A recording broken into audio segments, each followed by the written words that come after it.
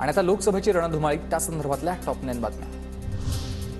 1995 ला सरकार गेल्यानंतर पवारांनी मला विरोधी पक्षनेता केल्यानंतर जोरात काम केलं। माझ्या घरावर हल्लेही झाले, मग तेव्हा पक्ष का फुटला नाही?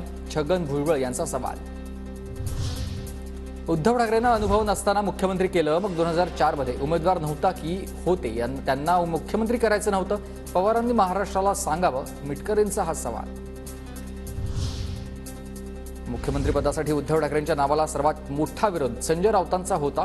मुख्यमंत्री केलं नाही तर मातोश्रीच्या आतल्या बातम्या बाहेर सांगेन, असं संजय राऊतांनी मातोश्रीवर जाऊन ठाकरेंना ब्लॅकमेल केलं।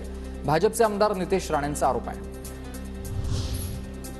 2004 पासूनच प्रफुल्ल पटेल भाजपबरोबर जाण्यासाठी आग्रही, काँग्रेससोबत जाण्याला विरोध केल्यानंतरही पटेलांना यूपीए सरकारमध्ये नागरी हवाई उड्डाण खातं दिलं। शरद पवारांचा मुलाखतीत खुलासा। बूथ ताब्यात घेण्याचा नवा परळी पॅटर्न रोहित पवारांकडून बीडच्या इंजेगावमधील व्हिडिओ ट्विट। बूथ ताब्यात घेण्यावरून धनंजय मुंडेंवर आरोप।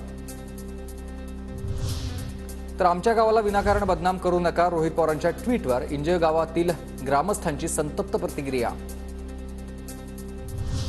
बीडमध्ये मुंडे भावंडांनी मला हिणवलं, समाजाला फूस लावून मला धमक्या देत आहेत। तुम्हालाही महाराष्ट्रात फिरायचं आहे, भान असू द्या, मनोज जरांगेंचा हा इशारा।